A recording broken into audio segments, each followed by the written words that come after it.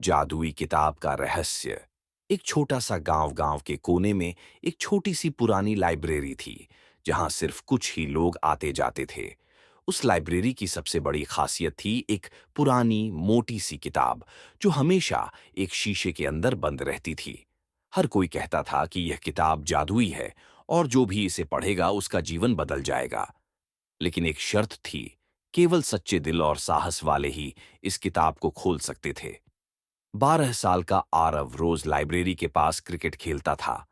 वह बहुत जिज्ञासु और साहसी था। एक दिन उसने अपने दोस्तों से कहा, मैं इस किताब को जरूर खोलूंगा। मुझे देखना है इसके अंदर क्या है। उसके दोस्त हंसने लगे। आरव, ये तो बस एक कहानी है, तुमसे नहीं होगा। आरव ने मुस्कुराकर जवाब दिया, देखते हैं।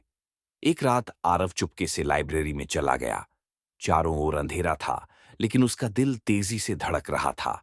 जादुई किताब शीशे के अंदर चमक रही थी। जैसे ही आरव ने शीशे को छुआ, एक तेज रोशनी हुई और एक मीठी सी आवाज आई, अगर तुम सच में इस किताब को पढ़ना चाहते हो तो तुम्हें 3 पहेलियों का उत्तर देना होगा। आरव ने साहस के साथ कहा, मैं तैयार हूं। पहली पहेली आई, मैं बिना पंख के उड़ता हूं, ना मैं देखता ना सुनता हूं, मुझे पकड़ लो तो मैं छूट जाता हूं। आरव ने सोचा और जवाब दिया, हवा। आवाज आई, सही जवाब। दूसरी पहेली आई, एक घर जिसमें रोशनी न हो पर अंधेरे में राह दिखाता हो। आरव ने थोड़ी देर सोचा और कहा, दीपक। फिर आवाज आई, बिल्कुल सही।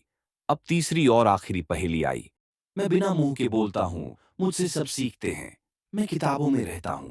आरव ने तुरंत जवाब दिया, शिक्षा। और अचानक शीशा टूट गया और किताब खुल गई। आरव ने अंदर देखा तो एक अलग ही दुनिया थी, सपनों की दुनिया, जहां हर चीज जादुई थी।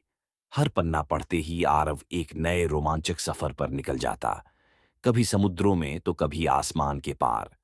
सफर से लौटकर लाइब्रेरी आया तो उसके दोस्त उसका इंतजार कर रहे थे।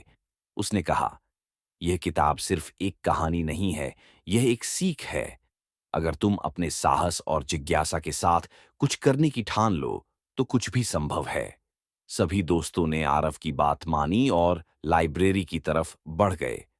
इस कहानी का अंत एक नए सफर की शुरुआत था, जहां हर बच्चा अपनी कहानी लिखने के लिए तैयार था। नैतिकता, साहस और जिज्ञासा से दुनिया के सारे रहस्य खुल सकते हैं,